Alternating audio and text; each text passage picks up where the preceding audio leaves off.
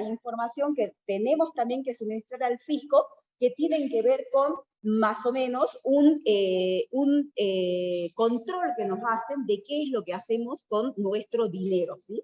Que el fisco, que es el famoso cuadro de justificación de variaciones patrimoniales, donde el fisco nos dice, al inicio tuvieron esto, durante el ejercicio ganaron esto, que es la renta gravada, durante el ejercicio recibieron esta otra renta, que puede ser exenta o no gravada, y luego nos dice qué hicieron con todos esos ingresos que tuvieron. Y nosotros le decimos, tenemos este patrimonio al cierre, hemos usado dinero para este caso particular, me fui de vacaciones por un mes a Europa, y el resto me lo he consumido.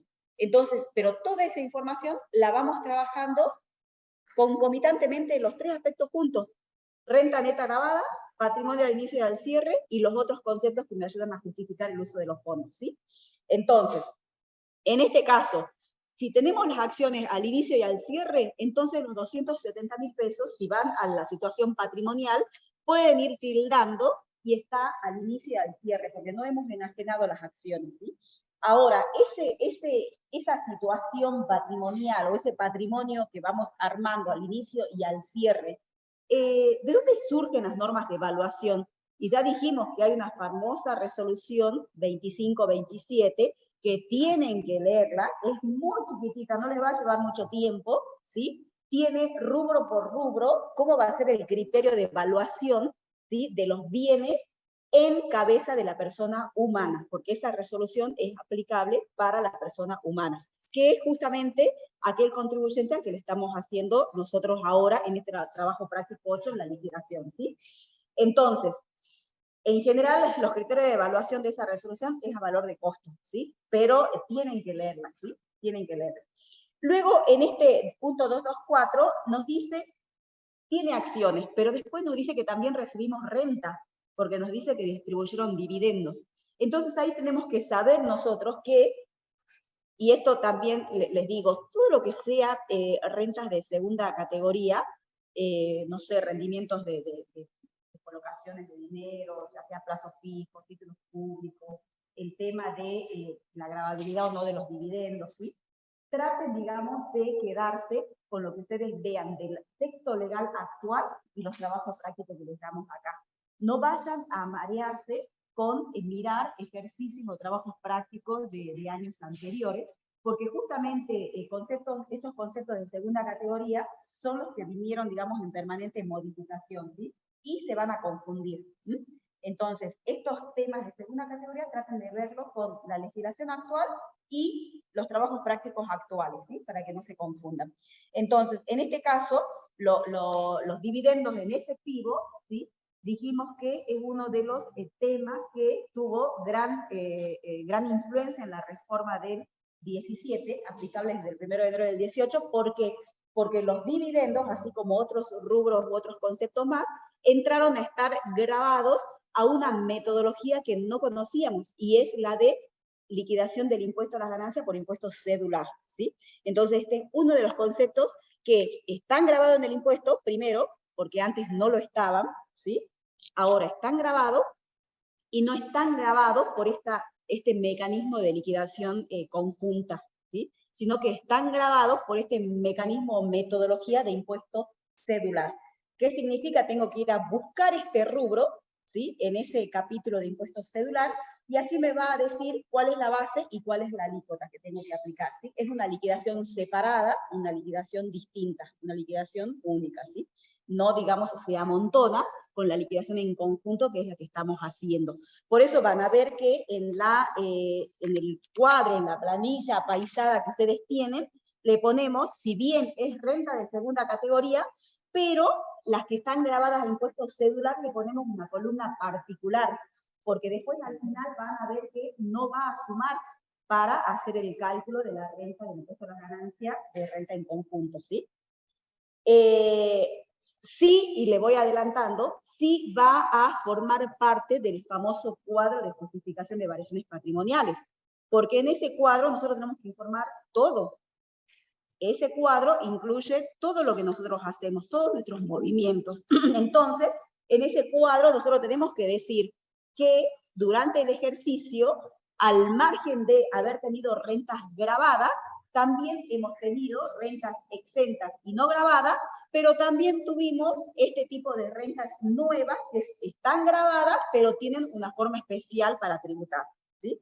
Entonces, si ustedes se van al cuadro de justificación de variaciones patrimoniales, estos dividendos que nos están distribuyendo en este punto, ¿sí?, lo vamos a ver allí en el cuadro de justificación de variaciones patrimoniales, y no como renta agravada o exenta, sino como renta que tributó en las fuentes, si quieren llamarlo así, ¿sí? Y ya que entré a ese tema, también quería recordarles que esta renta va al mecanismo, digamos, de ingreso que nos puso, digamos, la norma vigente, es la del régimen de retención, ¿sí? Porque es más fácil ir a buscar a las empresas, ¿sí?, para que ellas ingresen el tributo de sus accionistas, a que ir y andar buscando a cada uno de los accionistas, ¿verdad?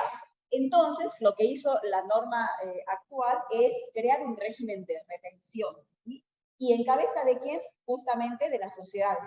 ¿Sí? ¿Para qué? Para que las sociedades, antes de pagar, digamos, los dividendos y utilidades, actúen como agentes de retención e ingresen esta retención, digamos, y después, por supuesto, pueden, digamos, nos debieran, digamos, cobrarle, digamos, o retenerle a sus accionistas. Por eso acá el planteo les dice que la empresa realizó retención del impuesto a las ganancias al momento del pago, y son los 5.530 que ustedes van a ver después, que también forma parte de la situación del estado patrimonial al cierre, ¿sí? ¿Por qué? Porque cuando liquidemos el impuesto a las ganancias cedular, ¿sí?, vamos a decir, cobró tantos de dividendo, le aplicamos la alícuota que dice la ley, ¿sí?, y nos va a dar 5.530. Pero después vamos a decir, pero la sociedad me retuvo los 5.530. Entonces lo ponemos como pago a cuenta y no tenemos que ingresar nada. Es como que lo informamos nada más, ¿sí? Bueno, vamos ahora y comenzamos con cuarta categoría. Nos dice el planteo que los ingresos por los servicios profesionales prestados se corresponden al siguiente detalle. Si nosotros entramos a cuarta categoría, ¿cuál es el criterio de imputación de los ingresos y de los gastos?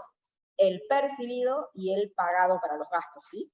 Entonces, tenemos aquí servicios prestados en el 2021, pero que hemos cobrado en el 2022, o sea que eso debemos declararlo en el 2022. ¡Ay, no puse la...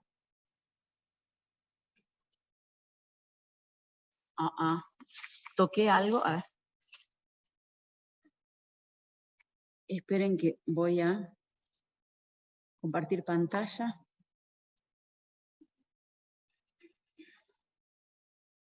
La verdad es que no sé si íbamos a ir más rápido si no lo hacíamos acá, pero bueno. Bueno, esto es lo que acabamos de decir. Vamos a cuarta categoría, ¿sí? Acá vamos a comenzar con cuarta categoría. ¿Mm? Entonces tenemos los honorarios. Ahí está. Para ustedes mejor que esté allí, ¿verdad? Bueno. En cuarta categoría tenemos los honorarios, entonces. Los percibidos, no nos importa cuándo fue prestado el servicio. Acá nos importa cuándo cobramos el servicio, ¿sí? Entonces, si el servicio fue prestado en el 2021 o en el 2022, no tiene, digamos, relevancia. Sí tiene relevancia que en el 2022 hemos percibido 770 y 878 según el planteo. Entonces, eso es lo que conforman los 1.648 que ven aquí, ¿sí? Y lo colocamos como rentas de cuarta categoría. ¿Mm? Fíjense en que cuando entramos a cuarta categoría, fíjense en que ya tenemos la planilla paisada dividida en 4 columnas, ¿sí? ¿Por qué?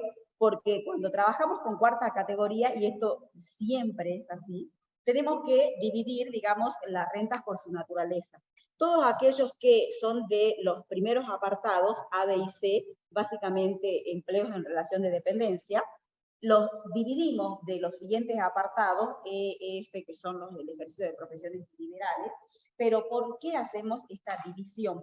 Porque después la vamos a necesitar para hacer uso, ¿sí?, de un beneficio que nos da el artículo 30, apartado C, la famosa deducción especial de cuarta categoría, ¿sí?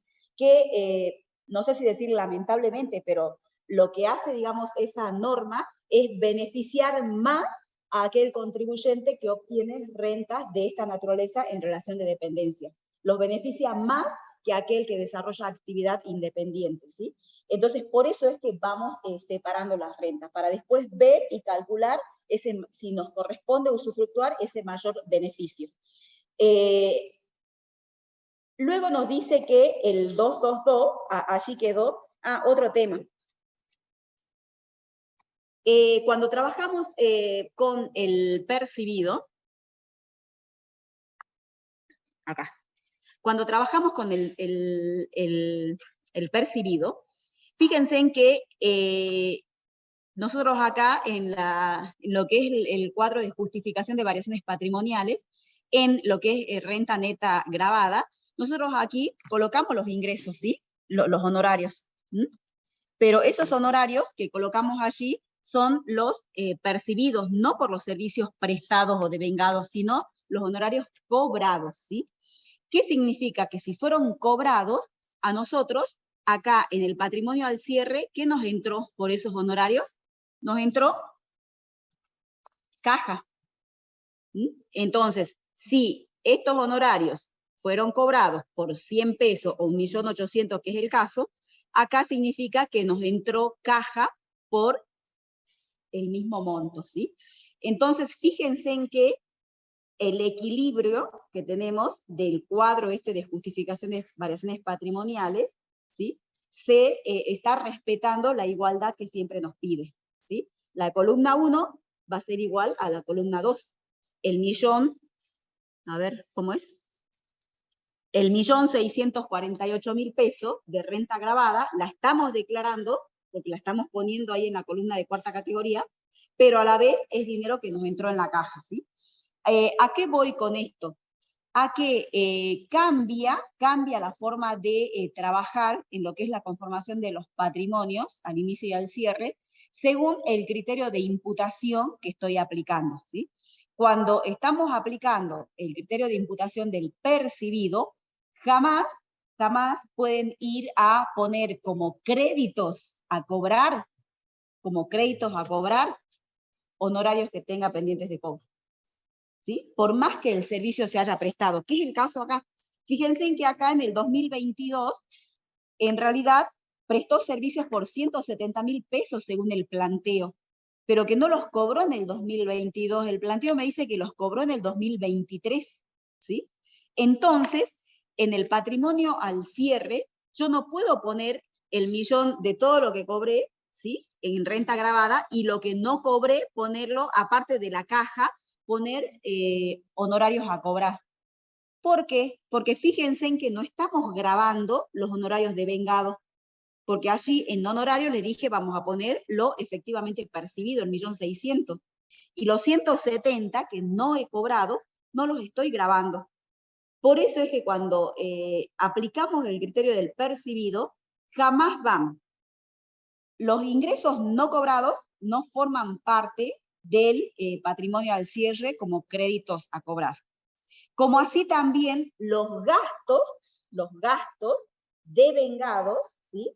En un tipo de renta como el de cuarta categoría, los gastos devengados no pagados tampoco pueden formar parte de deudas al cierre, ¿sí? Entonces, en segunda y en cuarta categoría no tienen que hacerse, digamos, problema por lo que está devengado y no cobrado o no pagado, porque esos conceptos no van a formar parte ni del patrimonio al inicio ni del patrimonio al cierre. Estos se tienen que cuidar cuando estén trabajando con rentas de primera y de tercera categoría. ¿Por qué? Porque en primera y en tercera ustedes están computando renta por el devengado, pero tienen que decir si es que no la cobraron, porque si no queda renga la ecuación patrimonial. Entonces, si ustedes están trabajando con primera categoría que ya vimos, y dicen, hemos alquilado los 12 meses, 10.000 pesos por mes, 120.000 pesos, ¿sí?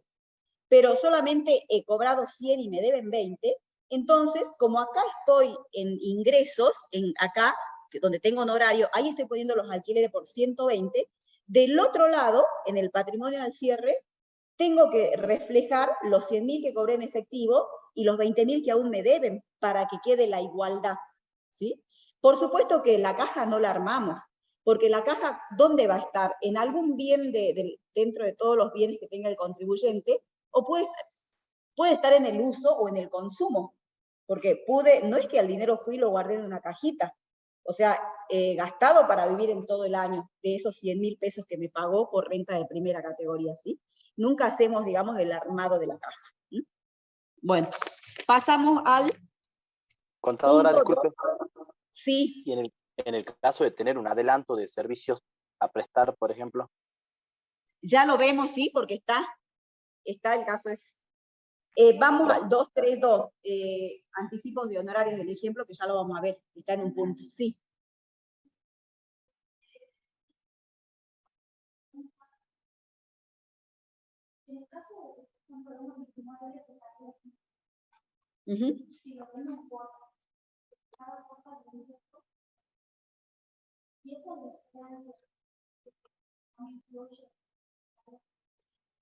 Lo que pasa es que ahí ya tenés otro tema, porque ese está grabado a impuesto cedular.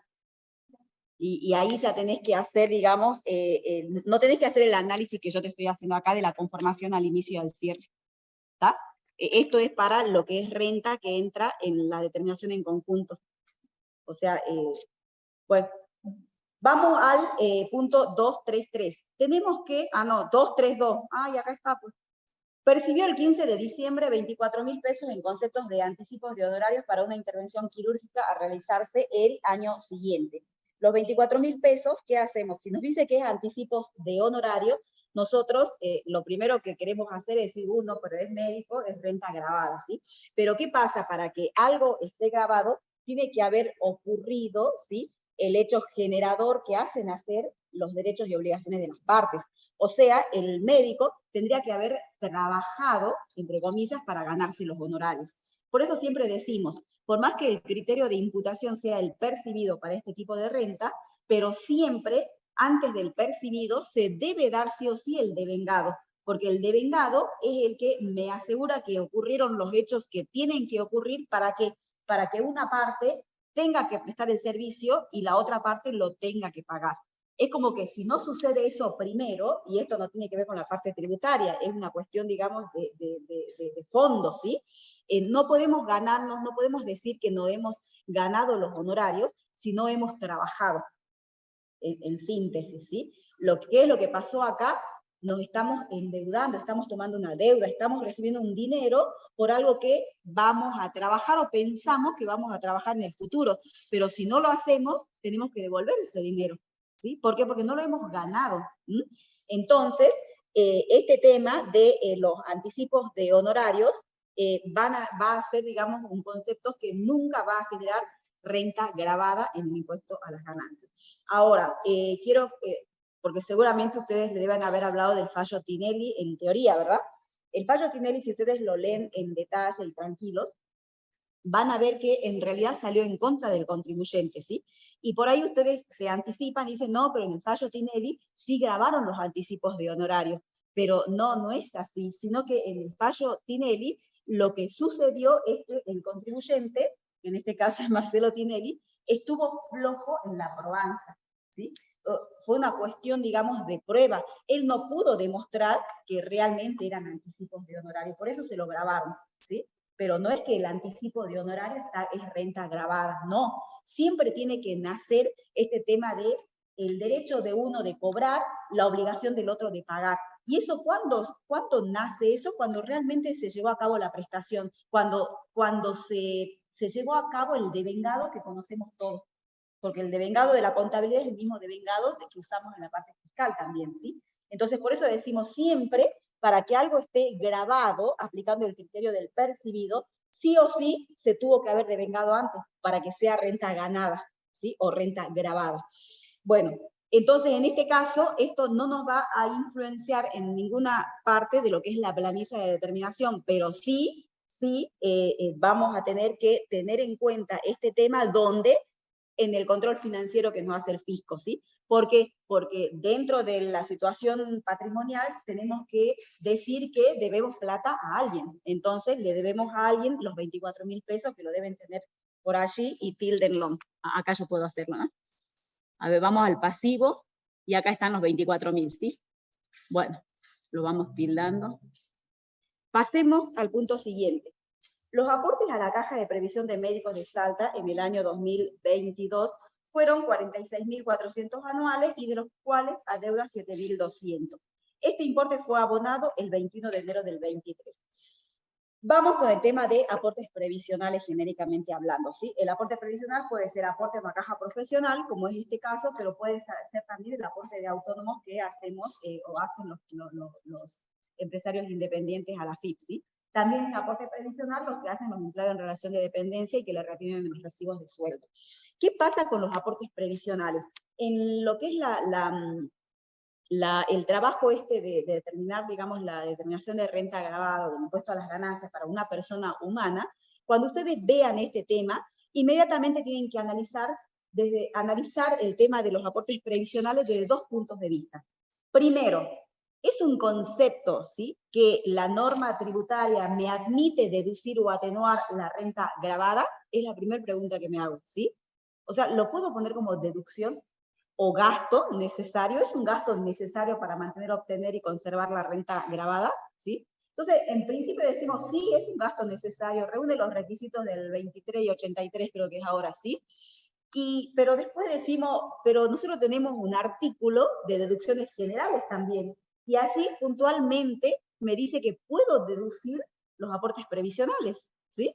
Entonces, es verdad, este concepto tenemos dos vías para deducirlo, o como gasto, o no es un gasto para que nuestro médico obtenga sus honorarios, el tener que pagar y tener al día su caja de médicos con sus aportes previsionales.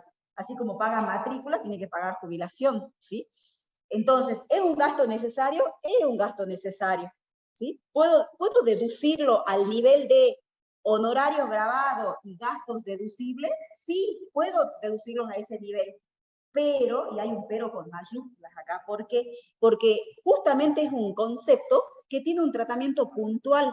Ustedes vieron que cuando hacemos aplicación de esto de los gastos necesarios para mantener, obtener y conservar, eso es enunciativo. Mientras el gasto reúna esos requisitos, podemos descontar cualquier tipo de gastos. La ley no nos dice gasto de librería, gasto de pintura, no, es genérico, ¿sí? Pero en el artículo 85, creo que es el de deducciones generales, ¿sí? Allí sí, ese sí es taxativo. Y allí tenemos, digamos, puntualmente, puede deducir jubilación, puede deducir obra social, puede deducir honorarios médicos, puede deducir seguros. ¿Sí? Entonces, nosotros decimos, si estos conceptos tienen un tratamiento puntual en la norma del impuesto, que es la deducción general del artículo 85, entonces vamos a hacer aplicación de eso, ¿sí? No nos vamos a quedar con que puede ser un gasto necesario para mantener, obtener y conservar.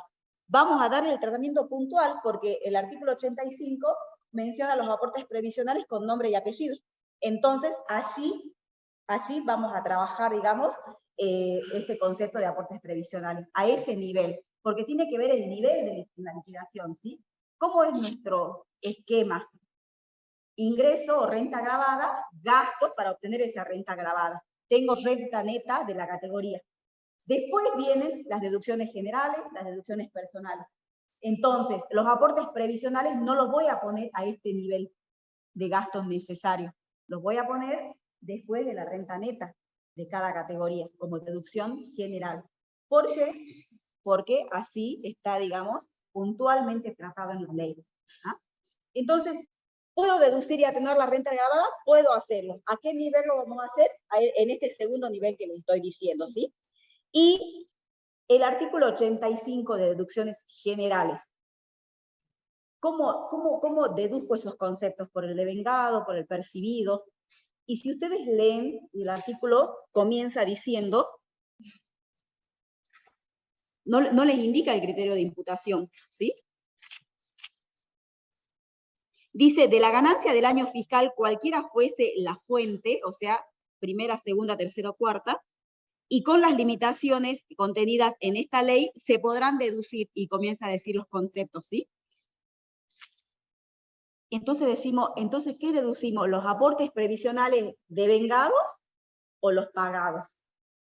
Y entonces por ahí justo estamos en cuarta categoría. Entonces se debe decir los pagados porque estoy en cuarta categoría, ¿sí? Pero yo les digo, yo no estoy haciendo aplicación del gasto necesario para mantener, obtener y conservar, porque ahí aplico el criterio de imputación. Yo les estoy diciendo, yo estoy deduciendo los aportes acá abajo como deducción general, ¿sí? Bueno, si buscan en el artículo 24, que es criterios de imputación, por allí en el 24 hay una frase que dice algo así como que los gastos que no tengan, digamos, o no se refieran a cierta categoría de ganancia, se van a descontar por el percibido, por el pagado. Entonces nosotros aplicamos eso para todo el articulado de las deducciones generales del 85, ¿sí? Entonces, todo lo que es deducción general del 85 es por el pagado. Si no se pagó, no descontamos nada, ¿sí? Y ahí me voy al extremo. Tengo aportes previsionales. Acá dice que pagó 11 meses de los 12, ¿sí? Pero también puede venir alguien que se está por jubilar y dice, ¿sabes qué? Pagué 5 años de aportes previsionales. Bueno, si en el 2022 pagó 5 años de aportes previsionales, tenemos, ¿qué dijimos que aplicábamos el criterio de imputación para las deducciones generales? El pagado. Entonces, los 5 años de aportes previsionales tenemos derecho a deducirlos de la renta neta de este año. ¿Estamos? ¿Por qué? Porque el 85 de deducciones generales funciona por el pagado. ¿Sí? Entonces, en este caso, entonces, en el primer análisis que hago del 233, de los aportes previsionales, digo, ¿cuánto he pagado en el 2022 para dar el tratamiento de deducción general? He pagado los 46.400 menos los 7.200 que no he pagado todavía, ¿sí? Y eso lo vamos a ver acá en la planillita apaisada, en la columna otras deducciones, o si quieren ponerle otro nombre, le pueden poner deducción general del 85, ¿sí? A la columnita esa. ¿Y cuál es la otra parte que les dije que tienen que analizar siempre cuando lleguen a este concepto? La otra parte que tienen que analizar es estos aportes previsionales, ¿sí? Que he pagado. ¿Sí? Lo he hecho por los meses involucrados en este presente o en el periodo fiscal que estoy liquidando, o sea, son aportes previsionales que corresponden a enero-diciembre del 2022, ¿sí? ¿Por qué me tengo que hacer esta pregunta? Porque justamente para usufructuar la deducción especial de cuarta, que es la del artículo 30, inciso C, deducción personal, dentro de deducciones personales, ¿sí? Para usufructuar de descontar y seguir atenuando la renta agravada por esa deducción del 30C, uno de los requisitos es tener pagados los aportes previsionales, pero correspondiente a los periodos vencidos dentro del ejercicio fiscal, enero a diciembre, básicamente, ¿sí? Entonces, por eso le digo, ustedes ven este tema y ya tienen que analizar las dos deducciones. ¿Sí? ¿Cuánto puedo descontar como deducción general? Y si cumplo el requisito para después descontarme la deducción del 36, la deducción especial de cuarta, ¿sí? Por eso en este caso, fíjense en que dice, adeuda 7.200, pero me dice que los 7.200 fue abonado en enero del 23. ¿Por qué me dice eso? Porque justamente este requisito que exige el artículo 30, ¿sí? Que para atenuar la renta por la deducción del 30C, ¿sí? Aparte, digamos, de tener pagado de enero a diciembre, la reglamentación le agrega y dice, te damos tiempo para que pagues, si es que no lo pagaste, hasta el antes del vencimiento de la DJ. O sea, me está dando como 4 meses más, porque el cierre, ¿cuándo fue? 31 de diciembre para una persona humana, ¿sí? Entonces, no pagó autónomo o caja previsional, entonces, supongamos que no pagó todo el año, de enero a diciembre, ¿sí? Le da para que pague enero, febrero, marzo, hasta si en abril comienza la fecha de declaración jurada y paga en ese momento, en abril, entonces puede tener lugar a usufructuar de la deducción especial del 30C, porque cumplió con el requisito del pago de los aportes previsionales hasta antes del vencimiento de la declaración jurada. Y es más, la reglamentación también le dice, y si no pudiste pagar porque no tenías plata, aunque hagas un plan de pago. Si haces un plan de pago por enero a diciembre del 2022, también te permito que usufructúes del beneficio de la deducción especial de cuarta. O sea, más benévolo aún, ¿sí?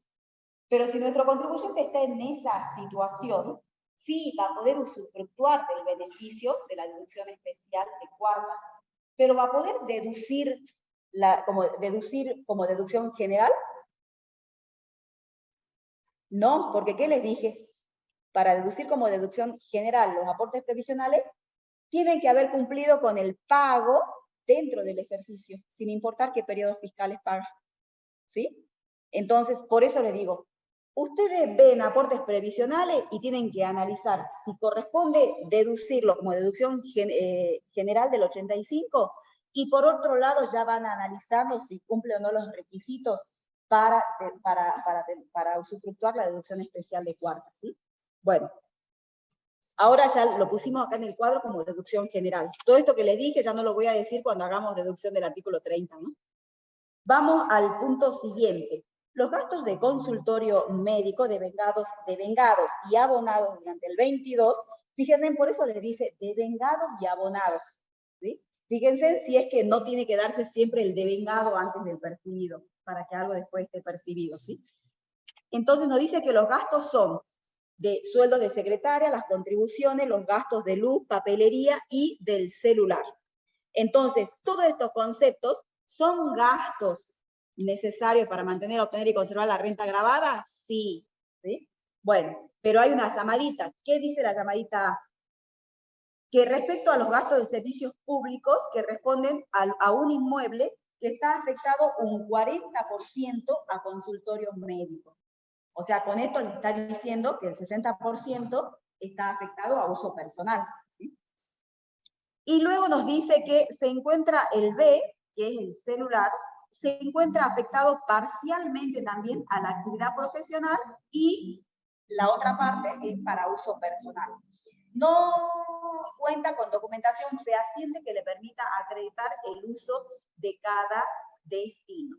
Entonces, vamos con los gastos del inmueble. 40% uso profesional, 60% uso personal.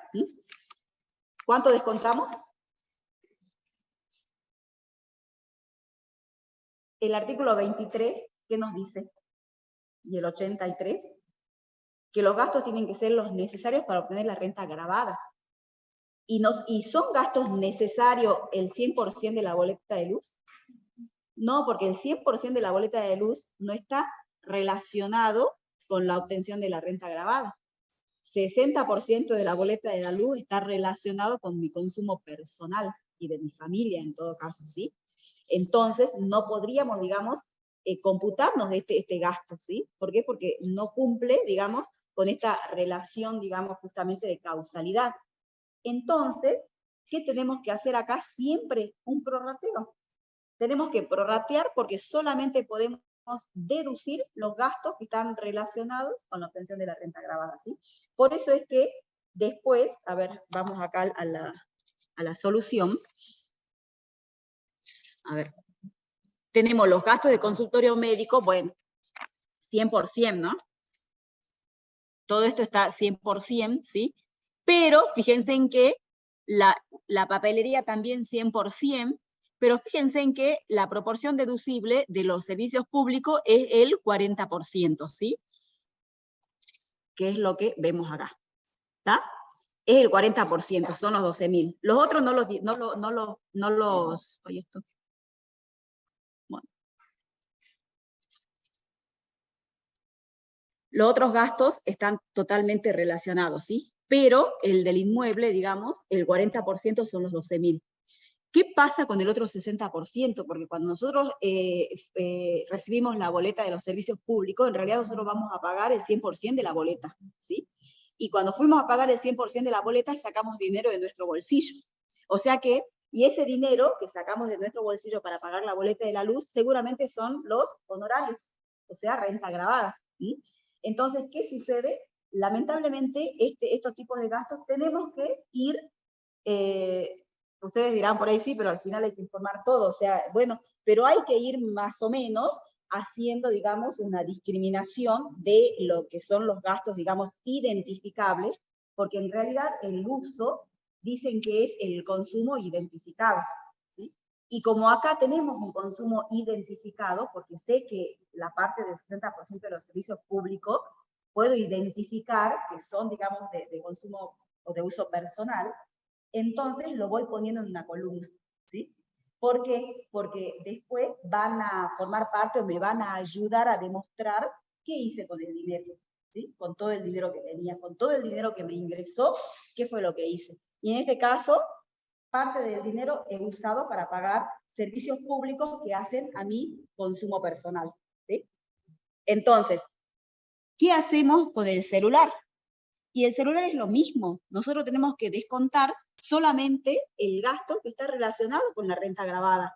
Pero acá me dice que, si bien en el inmueble me dice un 40% y un 60%, porque seguramente se hizo, digamos, como un análisis de la superficie, ¿sí?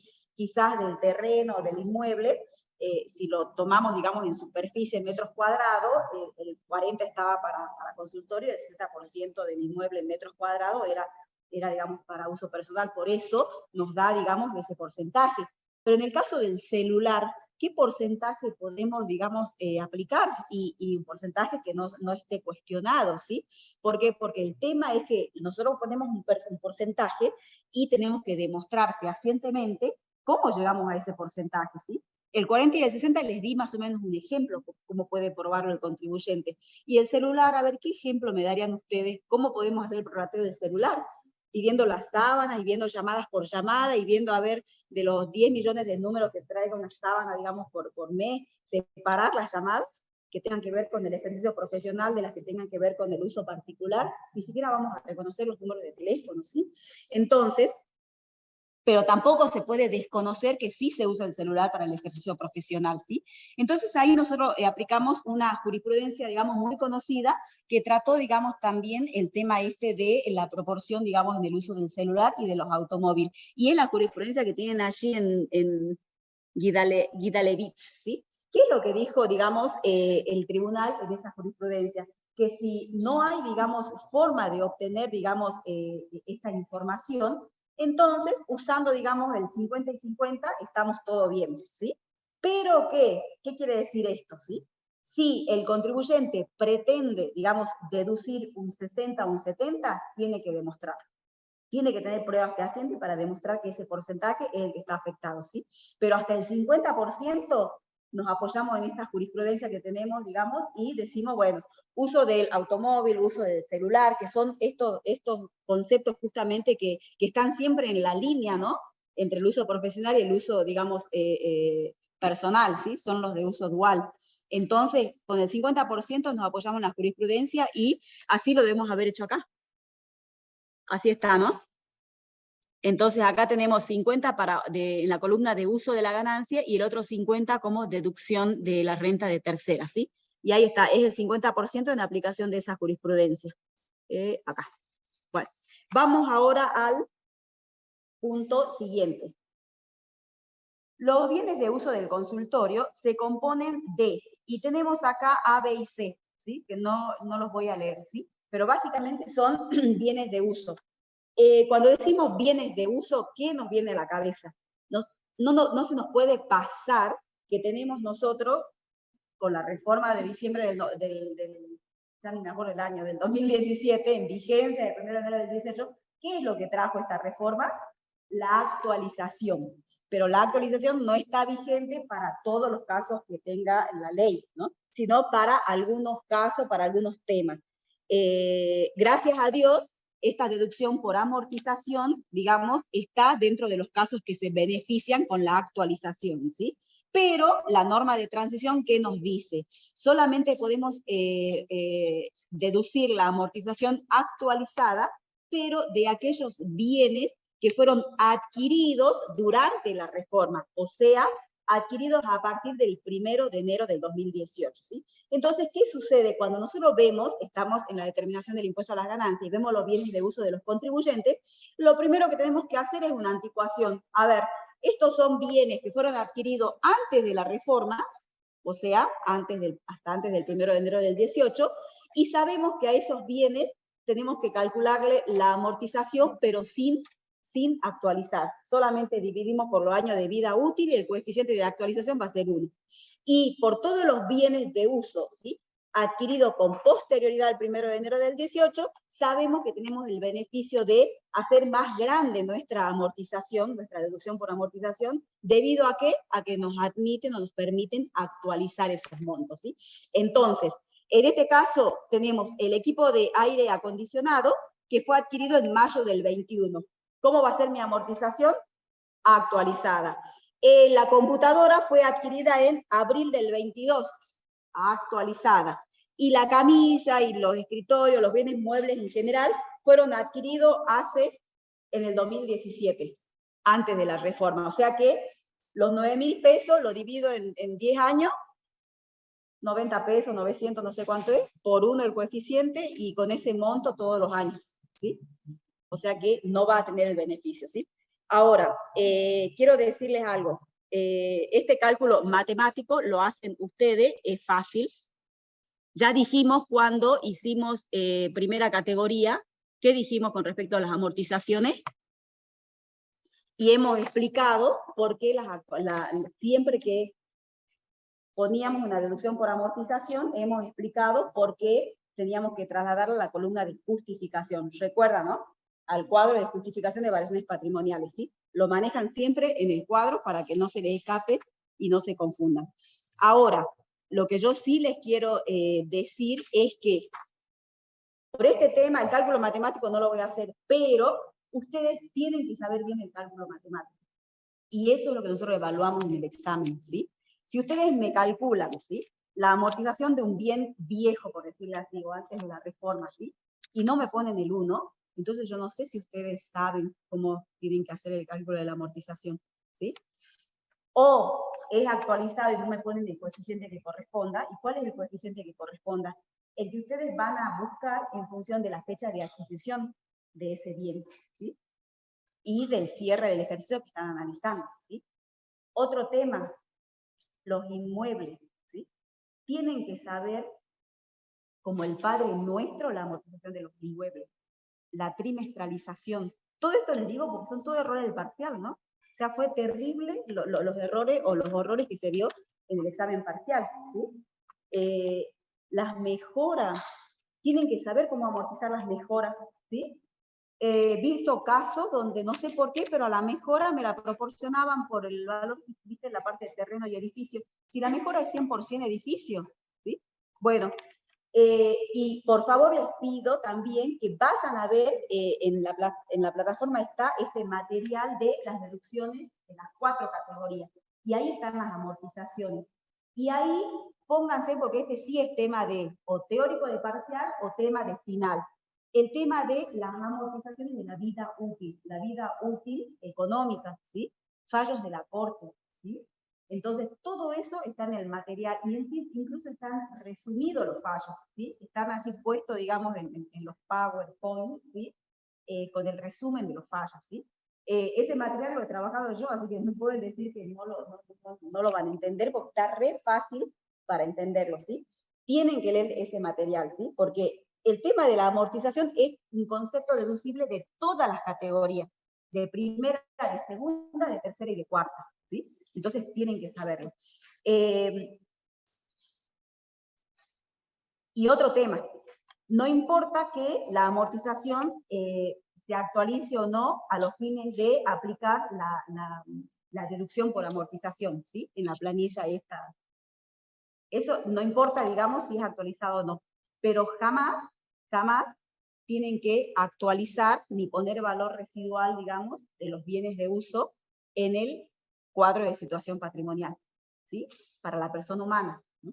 Después vamos a ver qué pasa en el sujeto de empresa, pero en la persona humana, si ustedes van a ver la 2527, en el cuadro de conformación del patrimonio al inicio y al cierre, los bienes de uso van por su valor de adquisición. ¿Estamos? Por eso es que justificamos las amortizaciones. ¿Mm? Así que, entonces, no importa, digamos, no importa si es una amortización actualizada o no, ¿sí? Pero en el cuadro del patrimonio al inicio del cierre siempre van por el valor de adquisición, ¿estamos? Bueno, vamos ahora al punto siguiente, 236. Nos dice que adquirió un inmueble el 14 de junio del 2016 en 350.000 pesos, más gastos de escrituración por 18.000. La 2527 les dice que el valor, digamos, que van a computar cuando adquieren un inmueble incluye los gastos necesarios, digamos, para después de la compra.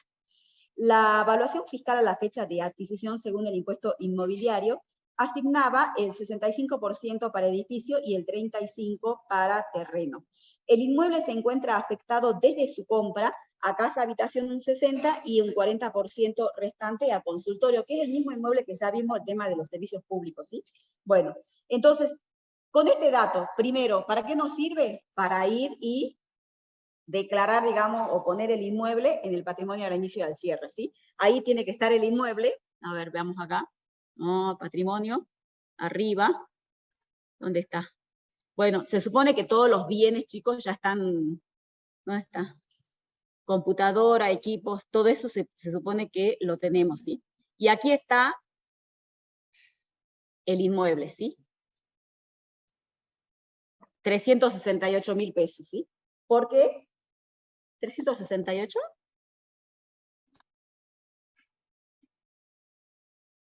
Es 350 más 368, está bien, estaba viendo lo de abajo. Entonces es porque incluye los gastos, digamos, o comisiones, gastos de escribanía, hasta creo que se pueden activar en pago de impuestos atrasados, ¿sí? Vean lo que dice la 2527, ¿sí? Y ustedes, digamos, es el valor que le dan, digamos, al momento de la adquisición, y a ese valor va a estar el inmueble en el patrimonio hasta que se vaya, ¿sí? Va a tener el mismo valor. Ahora, lo mismo también, el tema este del 65 y 35, ¿sí? De la proporción edilicia, porque el artículo de amortización, ¿qué nos dice? De inmuebles, ¿sí? Que tenemos que buscar esta proporción, pero al momento de adquirir el inmueble, ¿sí? Entonces, no nos sirve, si nosotros hemos adquirido un inmueble hace 10 años, no nos sirve encontrar esa proporción con una información de ahora. Esa proporción lo tenemos que buscar en información de hace 10 años, a la fecha de adquisición. Generalmente a la proporción la buscamos en la evaluación fiscal, ¿sí? Entonces, y pasa que ustedes pueden tener un cliente nuevo. Entonces, si tiene un cliente nuevo y es un inmueble que lo tiene hace 10 años, tienen que ir a buscar la evaluación fiscal de hace 10 años para buscar esta proporción, qué parte amortizo y qué parte es terreno, ¿sí? No pueden, digamos, aplicar una proporción de ahora, ¿estamos? Entonces, valor fiscal para ver la proporción amortizable tiene que responder al periodo de adquisición del inmueble, ¿no? Esa era una cosa. Y la otra, ¿cuál era? Y bueno, tenemos que calcular la amortización del inmueble, ¿sí? A ver acá cómo está.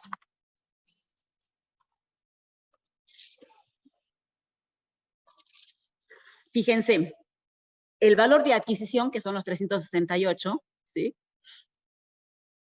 Por el 0,65, ¿qué es el 0,65? Es el edificio, la porción edilicia, ¿sí? Porque no se amortiza terreno.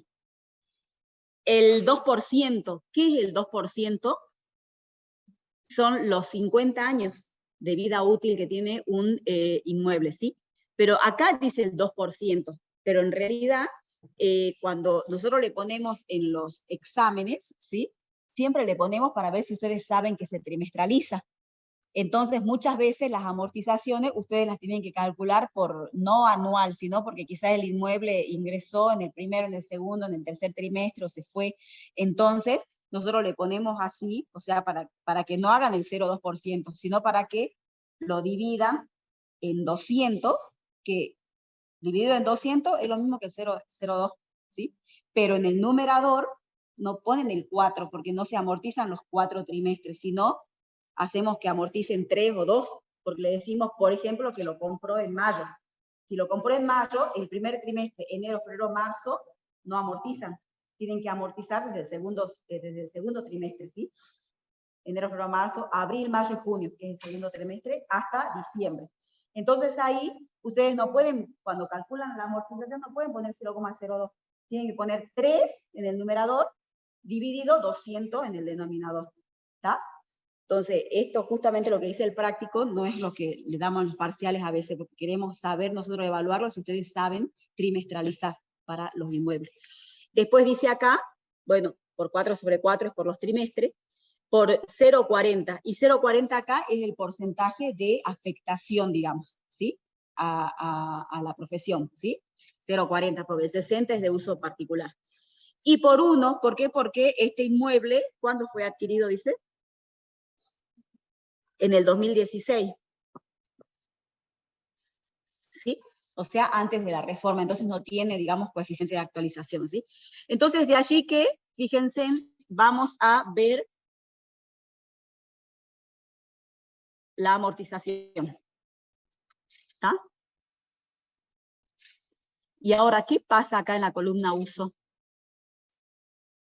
¿Pongo la otra parte del 60%? No, ¿por qué no tengo que poner?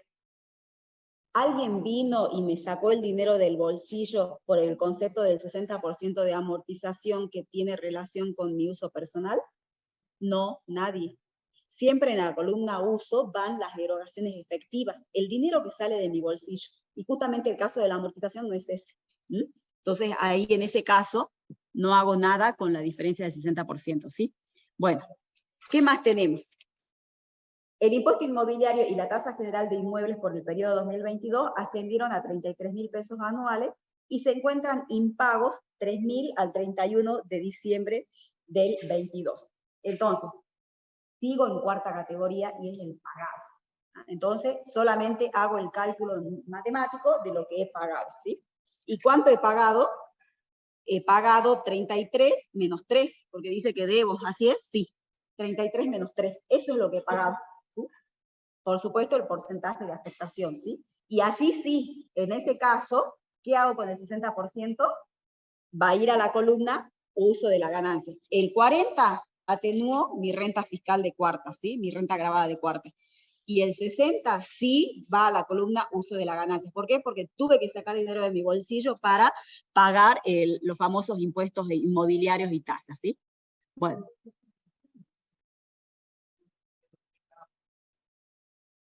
Claro, en primera sí. En primera, también por el porcentaje de afectación, ¿no? Pero sí trabajo con el devengado, ¿no?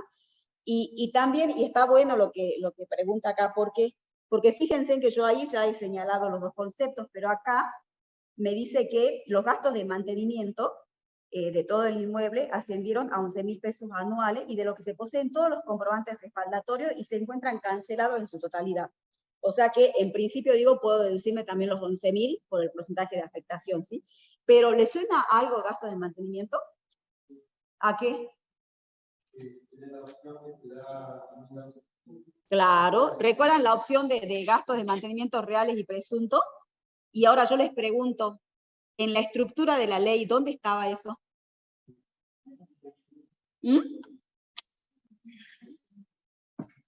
Eso estaba dentro de deducciones especiales de la primera categoría. ¿Dónde estoy yo ahora? Cuarta categoría. ¿Puedo hacer aplicación de eso? No, ¿verdad? No, porque eso en la estructura de la ley estaba en un capítulo donde yo estoy determinando la renta neta de primera categoría, ¿sí? Es un tratamiento particular, pero para renta de primera categoría, ¿sí? Acá estoy en renta de cuarta categoría y no tengo ese tratamiento particular. Entonces acá tengo que aplicar lisa y llanamente el pagado, ¿ah? Por el porcentaje de afectación, ¿sí? Sirvió para que recordar e ir comparando, ¿sí? Bueno, ahí ya lo señalé. Vamos al automóvil. El automóvil. Posee automóvil adquirido en abril del 18, o sea, durante la reforma ya, en 385, vida útil 5 años, afectado un 50%. Ya les dije, el automóvil y el celular, ¿sí? El porcentaje de afectación lo sacamos de estas jurisprudencias que hemos mencionado hace un rato, ¿sí? Si llegamos hasta el 50%. Si queremos deducir más, ya prueba fehaciente. Nos dice que El contribuyente abonó en el 2022 gastos de combustible por 28, cochera por 23, mantenimiento y seguros por 22. ¿Qué es todo eso? Es gasto de funcionamiento y mantenimiento del automóvil, ¿sí? Todo, incluido el de cochera, ¿sí? Y ahí van a ver, porque debemos tener ahí, hay una jurisprudencia por el tema de las cocheras, sí, ahí están los gastos, esta jurisprudencia. Bueno, todo esto tiene que ver, la jurisprudencia del tema de la cochera, digamos, porque la consulta era si los gastos de cochera formaban parte o no de este famoso gasto de mantenimiento y funcionamiento, ¿sí? Y como los gastos de mantenimiento y funcionamiento incluyen a los seguros, y para contratar los seguros muchas veces te piden esta información si guardas o no el auto en cochera, o sea que va de la mano, si lo dejas en la calle el seguro es más caro, si tenés cochera el seguro es más barato. Entonces, bueno, en base a esta y otra información, se llegó, digamos, a la conclusión de que los gastos de cochera forman parte de los gastos de mantenimiento y funcionamiento. Ahora, vamos al tema automóvil, ¿sí? ¿Qué es lo que tenemos con el tema automóvil? Y estamos en impuesto 1, ¿no? Bueno, es para impuesto 1 y para impuesto 2 es lo mismo. Todo lo que es automóvil, siempre vamos a tener problemas o vamos a tener limitaciones en los tributos, no solamente en ganancias, sino también en IVA. ¿Por qué? Porque justamente todos estos conceptos que son o están en esa línea muy finita del uso dual, y para la administración es muy difícil, digamos, fiscalizar estos conceptos, entonces directamente se limita su uso, ¿sí? O su cómputo. Y eso pasa con los automóviles. Los automóviles que después ustedes lo pueden ver, la reglamentación me da la definición, me dice lo que considera automóvil la Ley Nacional de Tránsito, y lo tenemos también regulado en cuanto a su limitación en el artículo, que no me acuerdo si lo vimos en la clase anterior que estuvieron conmigo, de deducciones no admitidas. ¿Mm? Y ahí está desarrollado también muy bonito, y no me hagan trabajar al Pepe, así que lean ese power, ¿no? Entonces, ¿qué es lo que analiza, digamos, este inciso L del artículo de deducciones no admitidas? Justamente el tema de no solamente de la amortización, del cómputo de la deducción por amortización, sino también del cómputo del gasto por mantenimiento y funcionamiento del automóvil. Para los dos conceptos tengo limitaciones. Y para el concepto de la deducción por amortización es terrible. ¿Por qué es terrible? Porque tenemos valores que tienen, no sé de qué año, del 92 creo que están, que son los famosos 20.000 pesos, pero no es 20.000 pesos de deducción. Es como que un auto nos cuesta 20.000 pesos. Entonces dice la norma de deducciones no admitidas. Tiene prohibido deducir en concepto de deducción por amortización, ¿sí?, por un numerito que sea o que supere aquella amortización que resultaría de considerar que el valor de adquisición es de 20.000 pesos. Entonces ustedes dicen 20.000 pesos dividido 5 años, porque en general le damos una vida útil de 5 años, ¿sí? ¿Cuánto me da? 4.000 pesos. 4.000 pesos de amortización anual, ¿sí? Fíjense y compárenlo con los precios de un vehículo hoy en día, no sé cuánto están, 3 millones, 5, ¿sí? Supongamos un vehículo de 5 millones, ¿sí? ¿Cuánto podrían estar computándose de amortización anual? 1 millón. Contra los 4.000. Entonces, bueno, pero les traigo una novedad, ¿sí? Que ya dijimos, le es aplicable la actualización, ¿sí? Así que en vez de 4.000 puede ser 4.200 o 300, porque podemos actualizar, ¿sí? Bueno, pero hay otra cosa peor, que como justamente es un concepto de uso muy, muy dual, ¿qué pasa? No podemos descontarnos tampoco el 100%. Tenemos que aplicar el porcentaje de afectación. Entonces, de los 4.000 más la actualización, supónganse en 200, 300 pesos más, ¿cuánto nos queda con el uso, el porcentaje de afectación? 2 pesos, ¿sí? Entonces, tengan en cuenta ese tema cuando asesoran. Hoy en día no conviene realizar la afectación. Porque no solamente tenemos esa limitación, sino que todo lo que le ponemos al auto, el combustible, los lubricantes, el seguro, lo que pagamos de cochera, ¿sí?, todo eso también tiene una limitación. Y la limitación también es del año 90 y pico, 92, ¿no? 7.200 por año. O sea, cargan, van una sola vez en los 365 días del año a la estación de servicio y llenan su tanque, y ya llegaron por ahí nomás, y ya cumplieron, digamos, con el límite máximo que para normas. Bueno, Todo eso lo aplicamos acá ahora, ¿sí? Fíjense en que tenemos la deducción por amortización, tenemos allí dividido los 5 años, ¿sí? Vida útil a otro tema, ¿no? Y tienen que ver la jurisprudencia, ¿no? Cuando vean, digamos, las deducciones generales de las 4 categorías, ¿no? El tema de la vida útil, que la estima el contribuyente y que es la vida útil económica. Entonces aquí tenemos, fíjense, los 20.000 pesos por el porcentaje de afectación por los 5 años y 1.6 es el coeficiente de actualización, ¿sí? Así que tienen unos lindos 3.200 pesos porque este señor decidió afectarlo, ¿sí? Y no les agrego algo para cerrarla, ¿sí? Si tenemos el automóvil, ¿sí? Que lo afectamos, y después lo queremos vender,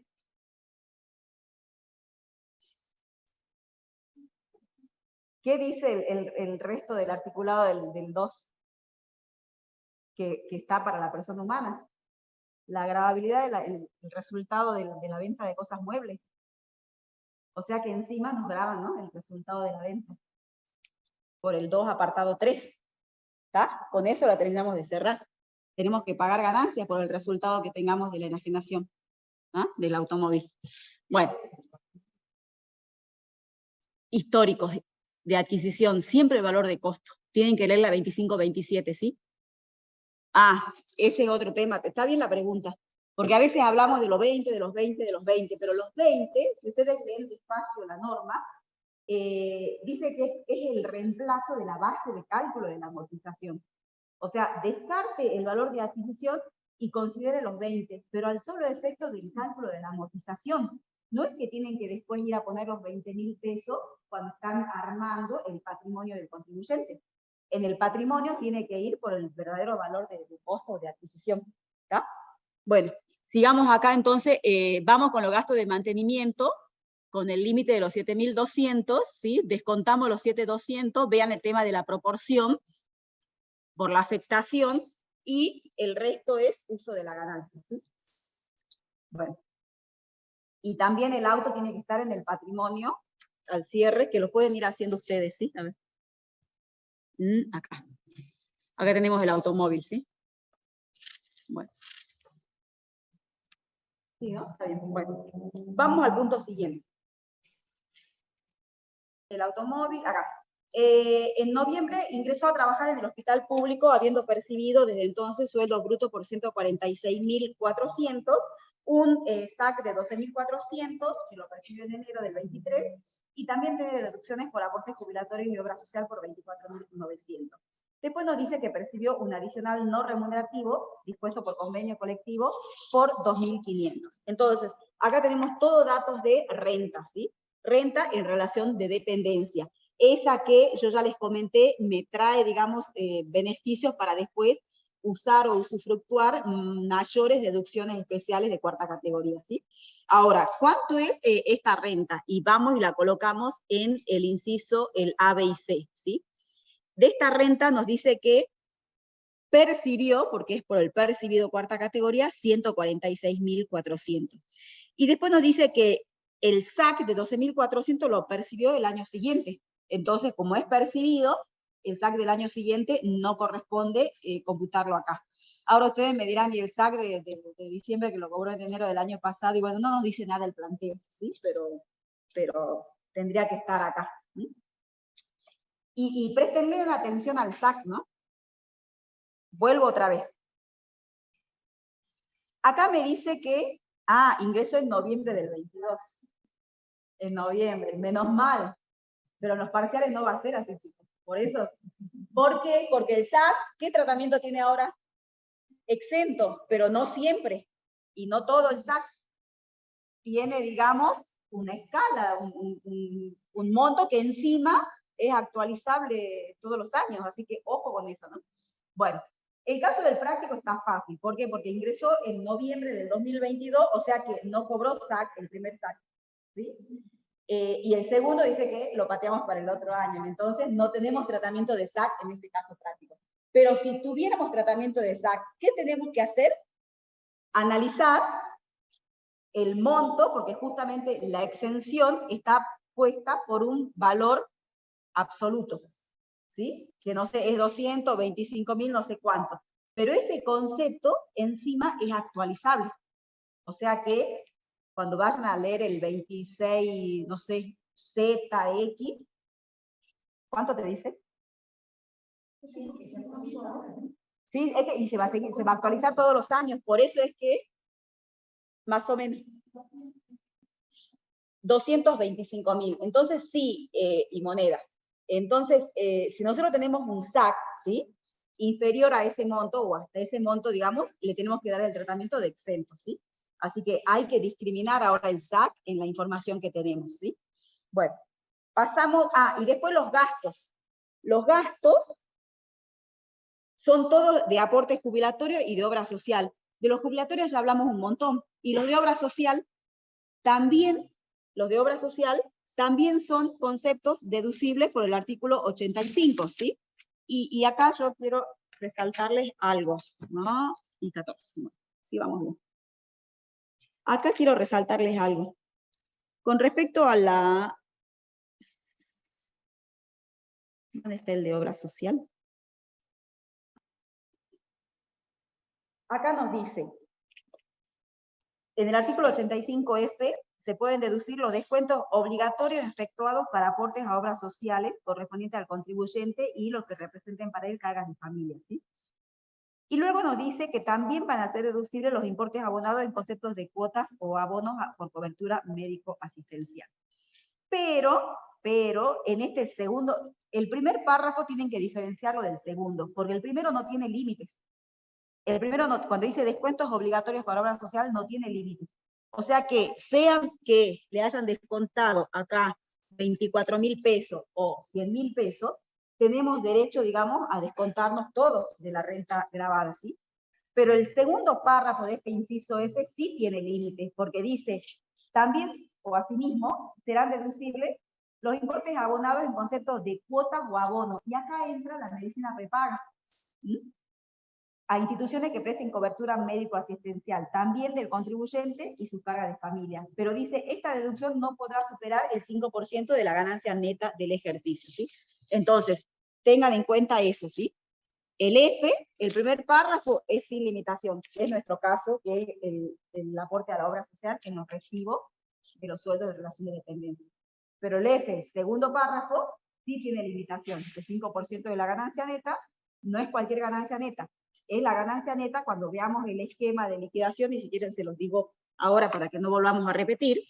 Cuando nosotros vemos el esquema de liquidación, es la ganancia, fíjense que acá dice deducciones generales, ¿sí? Y acá tenemos un subtotal. Este subtotal,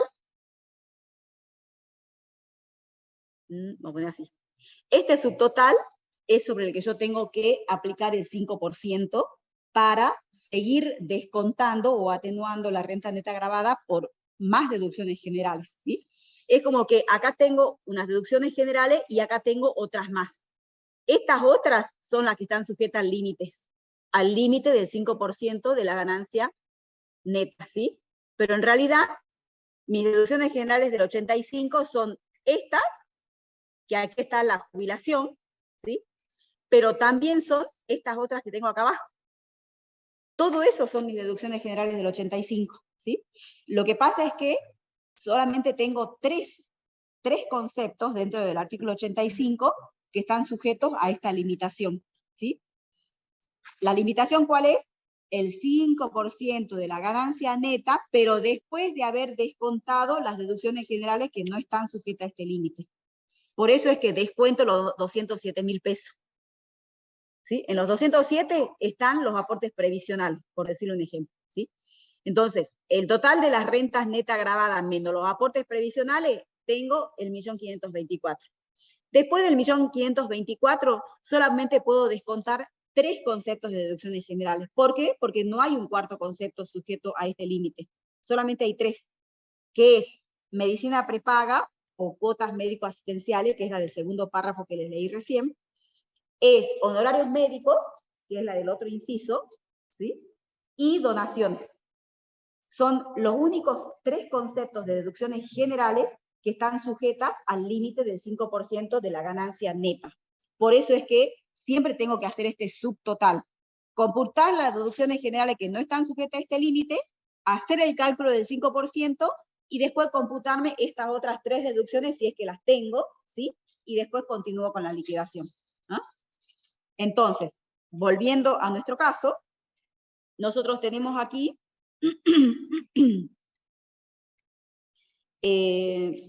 los 12.000, no, los 24.900, me vuelvo a la planilla de liquidación, ¿sí? Que es la renta, digamos, el sueldo en relación de dependencia, ¿sí? La renta agravada, que es el sueldo, los 146.400, los 24, que son los de obra social obligatoria, ¿sí? Los que leí recién en el primer párrafo, que eso no está, digamos, es sujeto a ningún límite, ¿sí? Y estos 2.500 que acá dice que es un adicional no remunerativo, pero eso será, digamos, a los fines de la seguridad social que no tribute las contribuciones patronales, ¿sí?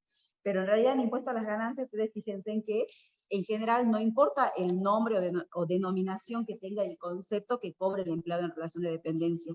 Siempre va a estar todo grabado, a no ser que expresamente tenga, digamos, un tratamiento en el artículo 26, como lo tiene ahora el SAC, ¿sí? Pero si no, le llamen, no sé cómo le llaman acá, adicional no remunerativo, le llamen como le llamen, pero siempre todos los conceptos van a estar grabados, ¿sí? Vamos, ahora comencemos con otros datos. Nos dice que abonó, cuando decimos otro dato, en realidad nos lleva al artículo 85 de deducciones generales, ¿sí? Acá nos dice que abonó en el 2022 28.000 pesos en conceptos de primas de seguros y que cubre el riesgo de muerte. El tema de los seguros, bueno, es algo que sí se actualizó, digamos, un poquito con las últimas reformas, porque hasta hace 2 años les comento que veníamos descontando los famosos 996, con 96 creo, históricos sí, que ya no nos alcanzaba para nada.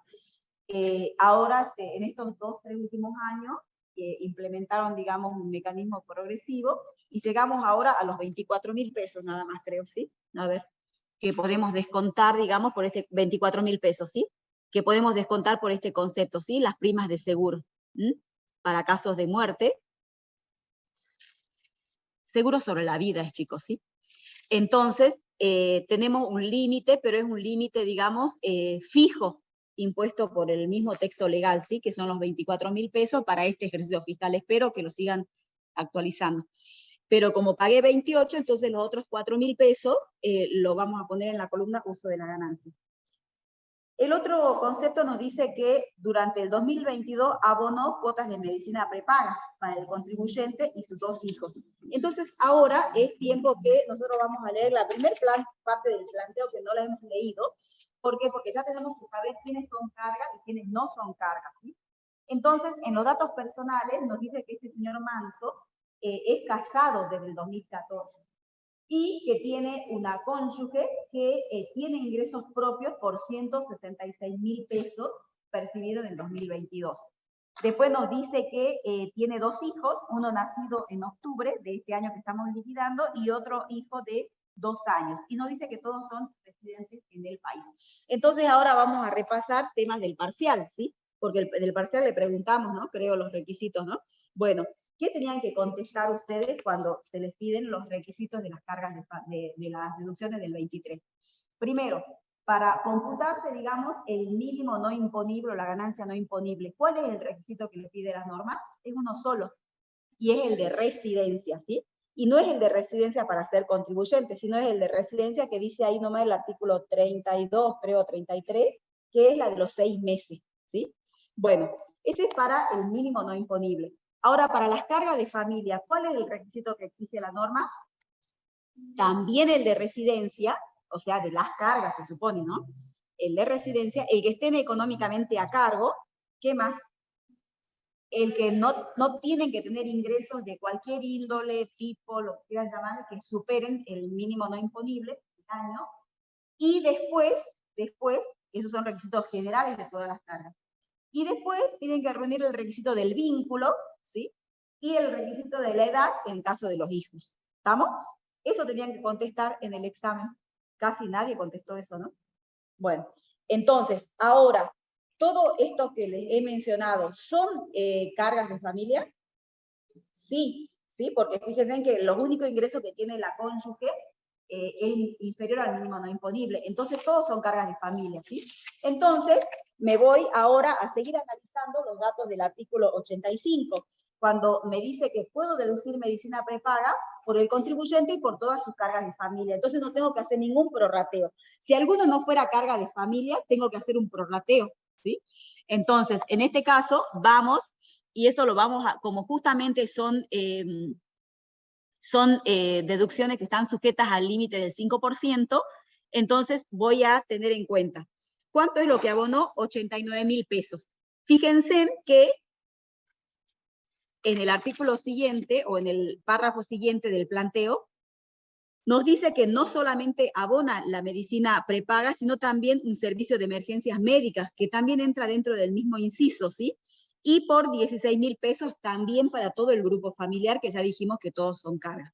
Entonces, los gastos de este señor totales, que tienen que ver con cuotas médicos asistenciales, es de 105.000 pesos, ¿sí? Entonces tengo, a ver, ¿es de 105? Sí, es la suma, ¿sí? Entonces yo ahora tengo que comparar con el límite que me dice la norma. No puede superar el 5% de la ganancia neta antes de la deducción de estos conceptos sujetos a limitación. ¿Cuánto es ese 5%? Es 76.000 pesos, o sea, gastó de más, digamos, ¿sí? De lo que le permiten o de lo que le admiten deducir. Entonces, ¿cuánto deduzco o cuánto tengo derecho a atenuar la renta agravada de 1.524.000? El menor, los 76. ¿Pero qué hago con la diferencia de casi 30.000 pesos?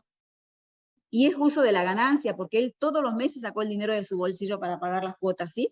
Entonces, en la planilla, acá de liquidación, tiene que ser esto, ¿sí? Los 28.000, ¿sí? Que es lo que excede, ¿está? ¿Sí? Acá pongo en uso de la ganancia, ¿sí? Acá en otras deducciones estaba, ¿sí? Pero ustedes lo pueden poner o no. Acá no lo pusimos, pero lo pusimos directamente en la planilla de liquidación. Está en ustedes como quieran trabajarlo, ¿sí? Porque también pueden poner acá y después trasladan todo este número para allá. Pero bueno, ustedes deciden cómo hacerlo. Vamos con el punto siguiente. Abonó honorarios médicos también, ¿sí? Y estos honorarios médicos justamente es una deducción también, pero del inciso FG, ¿sí? Y el honorario médico también es uno de los tres que tiene la limitación del 5%, ¿sí? ¿Cuánto abonó de honorarios médicos? Me voy a la determinativa, ¿sí? Y nos dice que abonó, acá, el planteo dice que abonó 13.000 pesos, ¿sí? Pero ¿qué sucede si nosotros leemos bien el inciso G? Nos dice que estos honorarios médicos, ¿sí? Se va a admitir y pone mucho más requisitos, ¿sí? Entre ellos dice que el segundo párrafo, siempre que esté debidamente o efectivamente facturada por el prestador, y nos dice que hasta un monto máximo del 40% de la facturación. O sea que cuando se trata de honorarios médicos, en principio me dice el 60% de entrada no va a ser deducible, ¿sí? Solamente si reunís todos los requisitos, te voy a permitir que descuente, pero el 40%, ¿sí? Entonces es el 40% el que entra a análisis. Entonces, de los 13.000 que él gastó, el 60% de entrada tenemos que mandarlo a uso de la ganancia, ¿sí? Porque el mismo texto del G me dice, solamente vas a poder deducir en el mejor de los casos, ¿no? Si hay que cumplir con todo el otro requisito, solamente el 40. Entonces el 40 es el que entra, digamos, a análisis, ¿sí? Fíjense en que estos 5.200 es el 40% de 13.000. ¿Vieron la fórmula? Son 5.200, ¿sí? El 60%, ¿dónde está? Acá. Son los 7.800, ¿sí? Eso directamente, de entrada, sabemos que eso va a uso de la ganancia. Sigamos analizando el 40%. Si lo comparo con el 5% de la ganancia neta, al mismo nivel, ¿no? El 1.524.000 me da 76, igual que el de allá, porque estamos con el mismo parámetro, ¿sí? Entonces puedo descontarme el 100% deducible, que vendría a ser el 40%, ¿sí? De los honorarios médicos, ¿sí?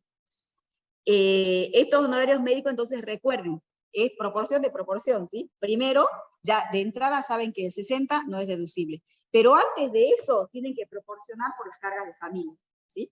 ¿Por qué? Porque si ustedes tienen honorarios médicos que compete a 2 o 3 personas de las cargas de familia, y una no es carga, entonces tienen que entrar a prorratear primero por las cargas de familia, por los que son realmente cargas de familia, ¿sí? Una vez que tienen los honorarios médicos de los que realmente son cargas de familia, les sacan el 60% y lo mandan a uso. Y el otro 40% lo dejan para análisis, ¿sí? Y después que tienen el 40% y se reunió todos los otros requisitos de la facturación y no sé qué más, recién lo comparan con el 5% de la ganancia neta, ¿sí? Y ahí descontamos, ¿no? Ahí deducimos los 5.200, entonces quedamos con el tema este de los honorarios médicos deducibles, ¿sí? Sí. Como, claro, por inciso, vos fíjate que sacamos por el inciso F, pero no primer párrafo. Yo le dije que el primer párrafo del F no está sujeto al límite, el segundo párrafo. Todas las cuotas médico-asistenciales que pagues, acá no sé qué pagas. Paga una prepaga, paga emergencias médicas, podés pagar dentis, podés pagar pieve, podés pagar, sumás todas las cuotas médico-asistenciales, entre ellas la medicina prepaga. Y sobre todo eso es un solo concepto, los del inciso F, segundo párrafo, ¿sí? El inciso G son honorarios médicos. Tengo que agarrar todos los honorarios médicos y de todas las cargas de familia, ¿no? Porque esta puede ser del hijo 1, a lo mejor tengo honorarios médicos del hijo 2, honorarios médicos de la señora, de la cónyuge, entonces tengo que sumar todos los honorarios médicos, ¿sí? Y de la suma de todos, los que son cargas de familia, voy separando, ¿sí?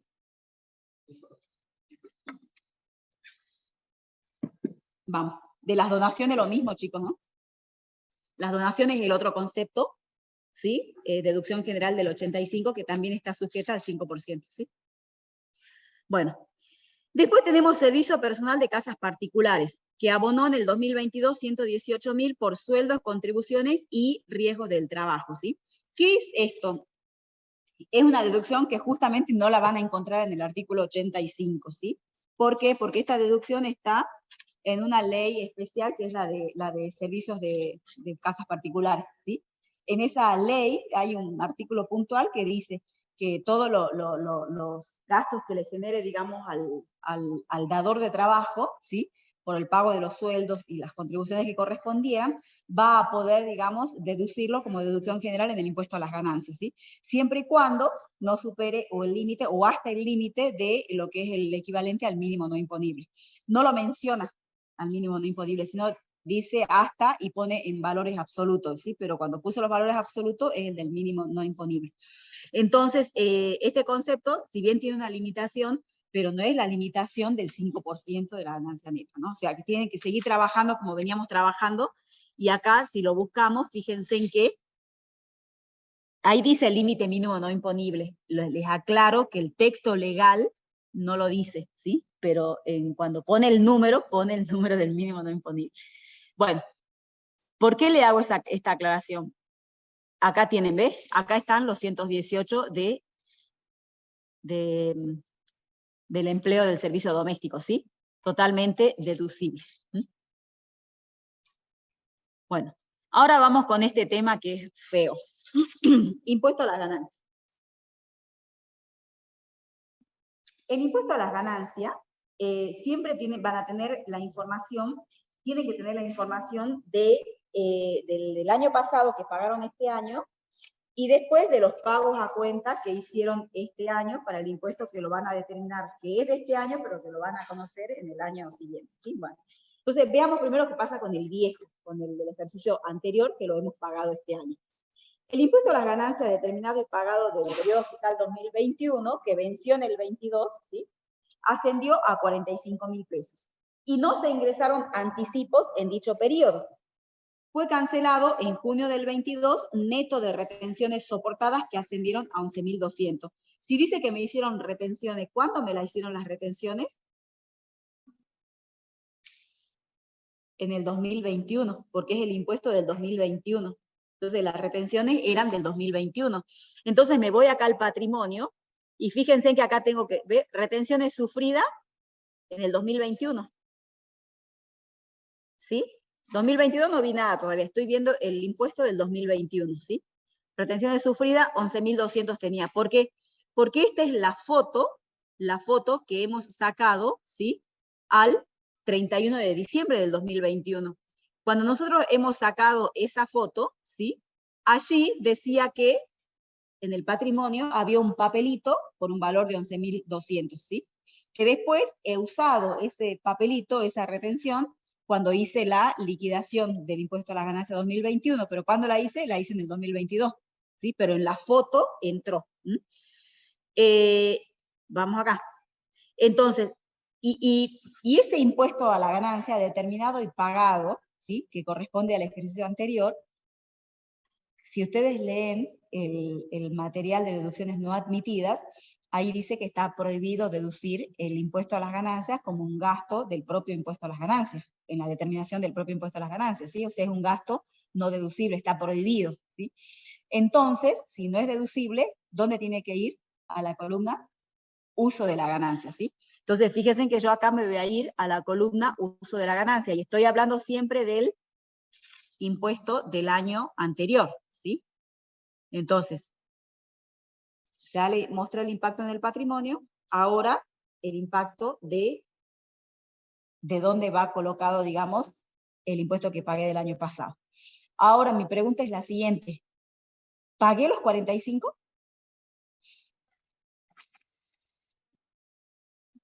Dice determinado y pagado en el 2021, ¿sí? Pero dice que ascendió a 45, pero fue cancelado neto de las retenciones. O sea que pagué los 45 o pagué 40 y no sé cuánto, 30 y pico. Pagué 30 y pico, ¿no? O sea, ¿y por qué pongo ahí 45? Me voy acá.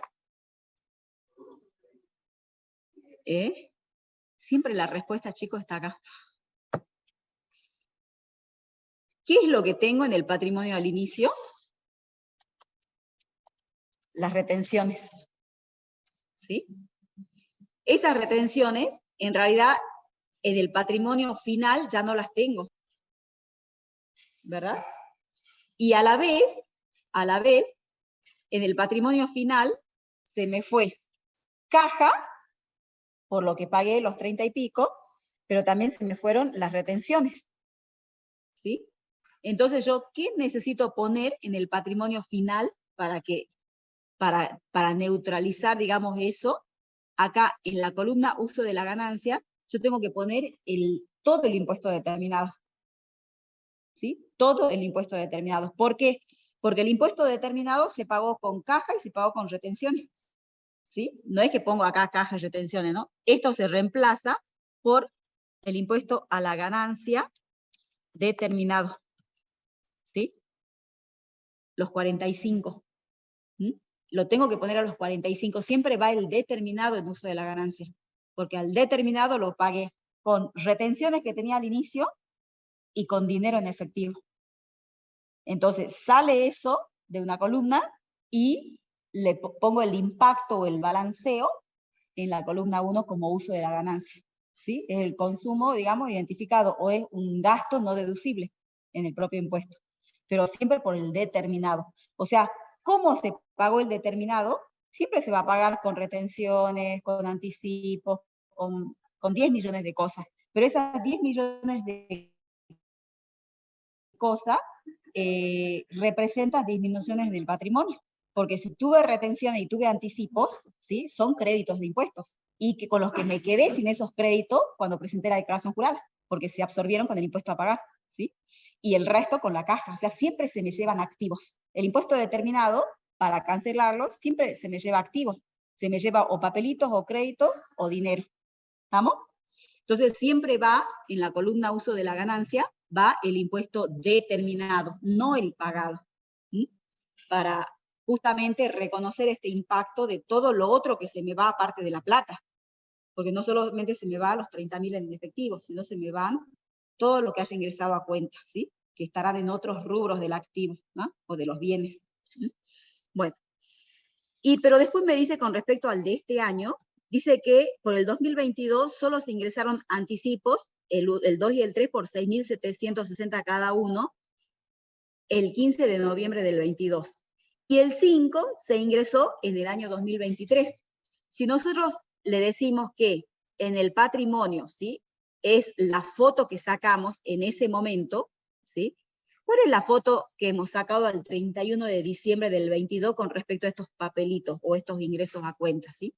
¿Qué había al 31 de diciembre del 22 con respecto a estos conceptos que me dice el planteo?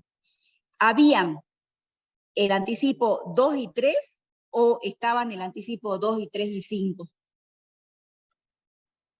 Cuando sacamos la foto, el anticipo 5 no había sido pagado. Entonces, en la foto entran los anticipos que estaban ingresados al momento en que sacamos la foto, que son 2 anticipos nada más. A ver, no sé si es el cálculo matemático, pero ¿dónde están los anticipos acá? Estos son los anticipos, ¿sí? Disculpen. Que no sé si es 6.760, ¿no? ¿Sí? Sí. 6.760 por 2, ¿sí? Lo tienen ahí. ¿Ah? Entonces, en la foto entran los anticipos, ¿sí? Pero, y ya me voy adelantando, en la liquidación, ¿cuántos van a entrar en la liquidación? Entran todos los que tengan el apellido 2022, ¿sí? ¿Por qué? Porque los anticipos en general siempre me tocan 2 ejercicios fiscales, pero tengo siempre que saber discernir o identificar el apellido que tenga cada anticipo, y el apellido es el año, y el año significa a qué ejercicio fiscal correspondan. Entonces, siempre para las personas humanas y para los sujetos de empresas que ingresan a la obligación tributaria es lo mismo, ¿no? Tenemos una cantidad de anticipos que vencen durante el ejercicio fiscal que después tengo que determinar, pero después también tengo 2 o 3 o 4 anticipos que vencen en el ejercicio fiscal en que vencen, digamos, que es el vencimiento de la DJ, y no necesariamente en el ejercicio fiscal en el que transcurre, digamos, la determinación del tributo, ¿sí? Siempre tenemos que, por eso es que tenemos que saber bien el apellido que tienen los anticipos, ¿sí? ¿Son de qué ejercicio fiscal? ¿De 2022 o del 2023? En este caso, los 3 anticipos tienen el mismo apellido, 2022, ¿sí? Entonces, los 3 anticipos, como tienen el apellido 2022, tienen que estar en la declaración jurada del 2022, en la declaración jurada en la determinación y liquidación del impuesto a las ganancias 2022. Por eso fíjense que acá entran los 3 anticipos, sin importar que uno de ellos fue ingresado en el 2023. ¿No los pagó? Es porque no los pagó, ¿sí? Y si no los pagó, no los deducimos. No, porque no los pagó. Si los pagó, podemos reflejarlo, pero si no los pagó, no. Porque justamente acá, cuando nosotros determinamos el impuesto y vamos a la liquidación, ¿qué es lo que hay en el medio? Conceptos que se le llaman ingresos directos. Justamente ingresos, se ingresó ese dinero a la FIP. O lo ingresó el contribuyente como anticipo, o lo ingresó un tercero como retenciones o percepciones o pagos a cuentas, ¿sí? Pero fue dinero ingresado a la FIP. Entonces, por eso acá nosotros podemos deducirnos los 3 anticipos en la liquidación, ¿sí? Pero en la foto van a entrar solamente los 2 anticipos, ¿sí? Que entraron, digamos, en la foto al 31 de diciembre. ¿Qué más me dice el planteo? Le practicaron retenciones, ¿sí? Por los 6.500, que es lo que yo ya tildé acá, ¿está? Eso entra en la foto, ¿sí? ¿Por qué? Porque la retención fue practicada hasta el 31 de diciembre, ¿sí? Pero también tenemos derecho a descontar la retención acá, ¿sí? En la liquidación, ¿está? Ahí va toda la retención también, ¿sí? Bueno, ¿qué más nos dice el planteo? Ahí nos está diciendo que adeuda los anticipos 1 y 4. Adeuda intereses resarcitorios por la falta de los anticipos 1 y 4 y por el pago atrasado del 2 y 3, por la suma de 690. Bueno. Después nos da todo datos patrimoniales, chicos. Estos datos patrimoniales solamente tienen que trasladarlos, ¿sí? Es para terminar de conformar, digamos, el cuadro de patrimonios al inicio y al cierre, que se refieren a dinero en efectivo, saldo de la cuenta bancaria, ¿sí? Estos son todos datos patrimoniales, solamente los tienen que trasladar. Y entre esos datos patrimoniales, fíjense en que tenemos moneda extranjera, ¿sí? Y esto lo voy a poner en amarillo, porque esta moneda extranjera desaparece en este año, ¿sí? La moneda extranjera fue adquirida, fíjense, en $1.800 porque es patrimonio de la persona humana, 25 o 27 de la RG, valor de adquisición es el criterio de evaluación, ¿sí? Entonces, cuando adquirió esta moneda extranjera en octubre del 2012, cada dólar equivalía a 4,26 pesos, ¿no? Ahora tengo cuántos ceros de más. Entonces, ¿qué es lo que me dice el punto 8? ¿Sí? Hasta ahí el punto 6 es esto, chicos, es completar el cuadro de patrimonio al inicio del cierre, ¿sí?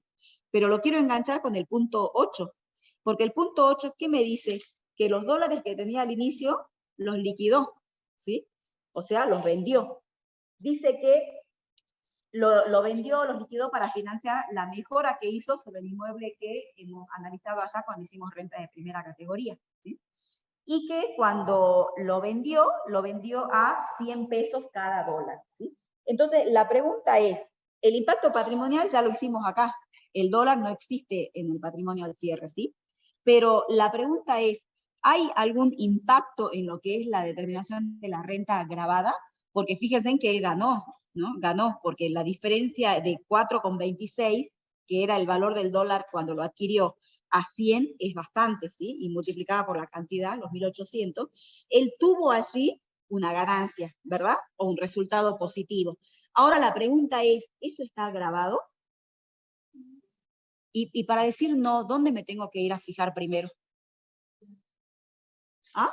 Primero tengo que ir a mirar el artículo 2, apartado 1, teoría de la fuente. Cumple los requisitos de la teoría de la fuente. El señor hace este negocio de comprar y vender dólares. Imagínense si lo compro en el 2002 y recién lo está vendiendo. O sea que no es, digamos, el habitual en este tipo de negocio. Entonces no cumple la teoría de la fuente, ¿sí? Después me voy a ver todos los otros artículos, el resto de los incisos del artículo 2. Tampoco entra este concepto, ¿sí? El resultado por enajenación de bienes muebles, amortizables, el tema de dividendos y utilidades, transferencia de inmuebles, ¿sí? No entra, digamos, enajenación de títulos públicos, o sea, no es este caso, ¿sí? Después me tengo que ir a ver si está enunciado en alguno de los artículos de primera, de segunda, de tercera o de cuarta categoría. Si miro todos los incisos, no está en ninguna, ¿sí? Entonces, ¿qué significa? Que esto está fuera de la gravabilidad. Este resultado es un resultado, una renta no gravada, ¿sí? Entonces, a ver, ¿qué? Ya sabemos que no suma, ¿sí? No suma a la renta gravada, ¿sí? Pero, por más que no sume a la renta gravada, pero yo tengo una mejora que pagué con estos 100, no sé cuánto es, 172.000 pesos. Entonces, ¿dónde tiene que impactar? En el cuadro de justificación de variaciones patrimoniales dentro de esta columna que dicen ingresos exentos o no grabados, ¿sí? Entonces, ahí están los 172.000 pesos. Toda la renta que he obtenido, que tiene este tratamiento fiscal, suman los 172.000 pesos. Son justamente estos nada más. Este concepto es el único concepto que el contribuyente que ingresó a su patrimonio, digamos, y no está grabado, ¿sí? Es el resultado por la venta de moneda extranjera. Entonces yo lo que tengo que hacer ahora es trasladar nada más. Las columnas, todos los totales de acá, lo tengo que trasladar a la columna de determinación. Si quieren esta renta exenta a los 172, ya la voy tildando en el acá. Está acá, ¿sí? Que ya la vimos, ¿sí? Bueno, el tema de los dividendos también lo vimos acá, que era impuesto cedular, ¿sí? Nos queda, trasladan el total de la planilla justificación, que básicamente son las amortizaciones, y el total de la planilla uso de la ganancia, ¿sí? Trasladan los totales, pero ahora vamos a la liquidación, ¿sí? Después que trabajamos en toda esa planilla apaisada, después que hicimos todo, digamos, la conformación del patrimonio al inicio del cierre, tenemos que comenzar a cerrar todo, ¿sí? ¿Cómo comenzamos a cerrar? Haciendo la liquidación que le llamamos ganancia en conjunto, ¿sí? Juntamos todo, conjunto, segunda, primera, tercera y cuarta, ¿sí? Entonces, trasladamos toda la información de la planilla anterior, ingresos y deducciones por categoría, ¿sí? Y este orden que tenemos, fíjense que arranca no en primera, arranca en segunda. Este orden, ¿a qué se debe? No es porque nosotros queremos, lo dice la ley, ¿sí? La ley nos dice que tenemos que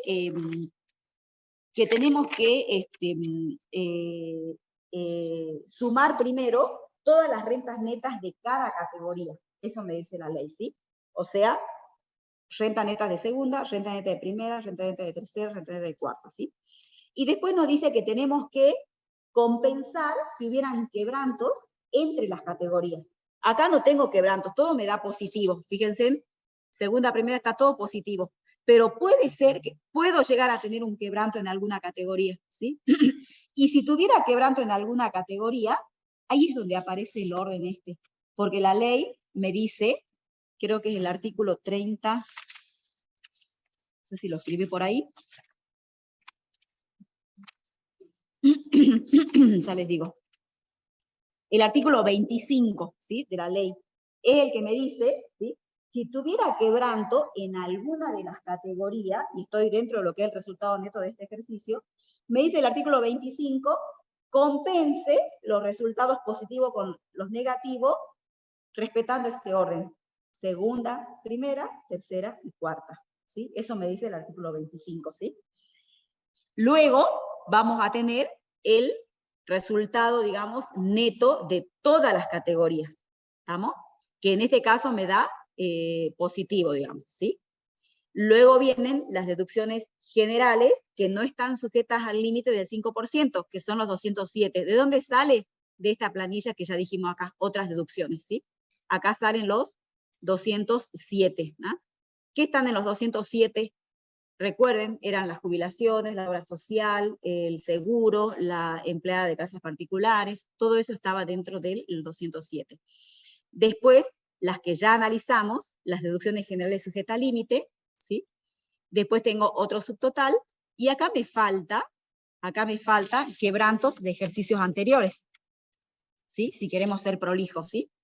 No hay quebrantos de ejercicios anteriores, entonces este número va a ser igual, ¿sí? ¿Por qué le digo que es importante los quebrantos de ejercicios anteriores? Porque ustedes a esta altura ya tienen que estar sabiendo, y se lo voy a poner en celeste, ¿sí?, que la renta que se traslada al cuadro de justificación de variaciones patrimoniales es a este nivel, antes de las deducciones del 30 y antes de los quebrantos de ejercicios anteriores, ¿sí? ¿Por qué? Porque justamente allí es donde, con el 1.443.000, es donde se termina de analizar toda la información que hizo, digamos, al contribuyente durante este ejercicio fiscal. Porque cuando ya entro a incorporar deducciones del artículo 30, ya entro a incorporar cuestiones que hacen con el consumo del contribuyente. Cuando entro a incorporar quebrantos de ejercicios anteriores, entro ya a distorsionar la renta neta de este ejercicio del 1.440.000 con un resultado de años anteriores. Entonces, lo que hace, digamos, a la información de este año llega a este nivel, ¿sí? Con el 1.443.000. Tiene que ser antes de quebranto de ejercicios anteriores y antes de las deducciones del 30, ¿sí? Y esa, fíjense, que es la que se traslada acá, que es esta, ¿sí? Eso es importante, y eso no se pueden confundir, porque si ustedes se confunden en esto, todo este cuadro, los puntos que tiene este cuadro, se les puede considerar 0 puntos, porque esto es lo más importante, saber, digamos, la naturaleza que tiene o la finalidad que tiene este cuadro, ¿sí? Bueno, después tienen que considerar las deducciones personales, ¿sí? Que ya la vimos. ¿Estamos? Mínimo no imponible, los que son cargas, y nos quedó ver la deducción especial de cuarta categoría, ¿sí? ¿Qué tenemos, digamos, con respecto a este concepto, ¿sí? Con respecto a este concepto, primero les digo algo, porque lo que es el artículo 30, ¿sí?, que lo deben haber visto igual en teoría. Lo que es el artículo 30 tiene, digamos, qué lío que es ahora, ¿no?, el artículo 30. El 30C, ¿no? Tenemos muchas deducciones especiales del 30C, ¿sí? Creo que hay como 5 o 6, y hay que saber cuál es la que corresponde aplicar, ¿sí? En principio, la primera, ¿sí?, la primera y la del punto 1 y 2 son las que en general, digamos, las históricas. Después todo el resto son nuevas. ¿En qué consistía la del apartado, la del inciso C, apartado 1? Que teníamos que incrementar en una vez, digamos, el mínimo no imponible, cuando se trate de ganancias comprendidas en el artículo 53. Siempre que trabajen personalmente en la explotación, en la actividad o empresa, y cuando se traten también ganancias del artículo 82. O sea que la deducción especial del 30C, apartado 1, que me permitía, digamos, o el monto o la cuantificación es una vez multiplicado, digamos, el mínimo no imponible, una vez más, ¿no? O sea, tengo que multiplicarlo por 2, ¿sí? Es para aquellos que obtengan rentas de tercera categoría, que trabajen personalmente en la explotación, que es renta de tercera que todavía no vieron ustedes, y las que obtengan rentas de cuarta categoría. O sea que si es un contribuyente que solamente alquila inmuebles, no puedo deducir la deducción especial del 30C, ¿sí? Sino que la del 30C se refiere a rentas que solamente se atenúan rentas que hagan al trabajo personal, ¿sí? Pero el 30C, ese es el apartado 1, ¿no? Multiplico una vez el mínimo no imponible. Pero el apartado 2 me dice, te damos para que multipliques por 4.8 veces, ¿sí? El mínimo no imponible, ¿sí? Si es que esas rentas provienen de la relación de dependencia, ¿tá? Entonces, nosotros tenemos que ver la mayor. Entonces usted enseguida me va a decir, pero si él lo obtiene en relación de dependencia y también lo obtiene independiente, entonces, como la mayor es la del apartado 2, nos descontemos esa, ¿sí? ¿Cuál es la del apartado 2? La del apartado 2 me va a dar el mínimo no imponible por 4.8 veces, ¿sí? Me va a dar 1.200.000, la del apartado 2. Pero ¿qué pasa? Esa renta del apartado 2 tiene un límite y me dice, no debe superar la renta neta que hace nacer ese beneficio de multiplicar por 4.8. Entonces, está bien la multiplicación. Yo puedo deducir hasta 1.212.000, pero la renta que me genera ese beneficio solamente es 148.000 pesos. Entonces, no puedo usar la deducción incrementada en 3.8. No la puedo usar, porque me topé con una limitación, ¿sí? Entonces, ¿qué decido? Utilizar la convencional, la del apartado 1, que solamente tenemos que multiplicar, ¿sí?, el mínimo no imponible por 2, porque una vez más nada más. Son los 505.000 pesos, ¿sí? Y esa es la que me computo, porque esa, digamos, no tengo, digamos, otra limitación. ¿Ah? Entonces, el total de deducciones personales es 1.141.000. Tengo la ganancia neta sujeta a impuesto, sabemos que tenemos que hacer aplicación del artículo 94, el cálculo del fijo y del variable, y me va a dar el impuesto determinado, ¿sí? Ya vimos los ingresos a cuenta y me va a dar los 42 pesos de impuesto a ingresar. El cuadro ya lo vimos completo, entonces ahora solamente me queda analizar si ese consumo que me da el cuadro después de haber trabajado estos 2 días con este trabajo práctico es razonable de acuerdo al nivel de vida que tiene el contribuyente, ¿sí? Entonces acá dice que tiene una estimación de un consumo de 105.000 pesos mensuales, ¿no? Es bajo, ¿verdad? Para un contribuyente que tiene una cónyuge que casi no trabaja y tiene 2 hijos, ¿sí? Bueno, pero bueno, ya está, por lo menos cerró y no dio negativo el consumo, que es lo importante, ¿sí? Pero bueno, bueno, así, esta es una declaración jurada de una persona humana, ¿sí? Entonces, así tienen que trabajar. Vean este trabajo práctico, repito, a conciencia y viendo la teoría de todos los temas importantes, ¿sí? Si quieren, les agrego algo más. La deducción especial de cuarta, la incrementada en 3.8 veces, o la que multiplico por 4.8, tiene más beneficios todavía. Tiene, que eso se creó, digamos, hace 20 años. Esta deducción incrementada de 4.8 la puedo seguir incrementando más todavía, ¿sí? Por otras deducciones que le llaman deducciones adicionales, que son 2, que también siguen en el mismo texto del 30C, apartado 2, están, digamos, estas otras deducciones que le llamamos deducción adicional primera parte, deducción adicional segunda parte.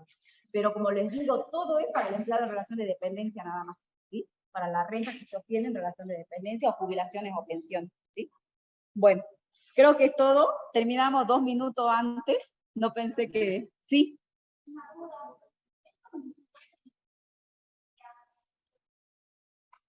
Sí.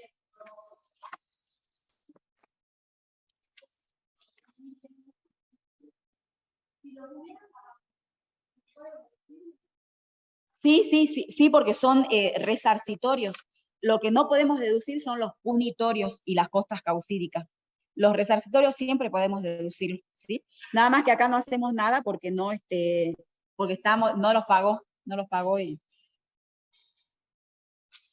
Ya voy a mirar el chat ahora.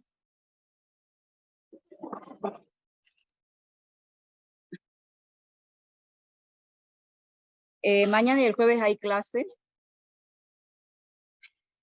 Chicos, me parece que, no sé, dicen que por ahí, si hay paro de transporte, vamos a dar todo virtual, ¿no? O sea que vamos a continuar con las clases, les aviso, ¿sí? Ya seguro que tienen que leer en la plataforma, ¿ah? Pero si ven que hay paro de transporte, no se queden con que no hay clase, ¿no?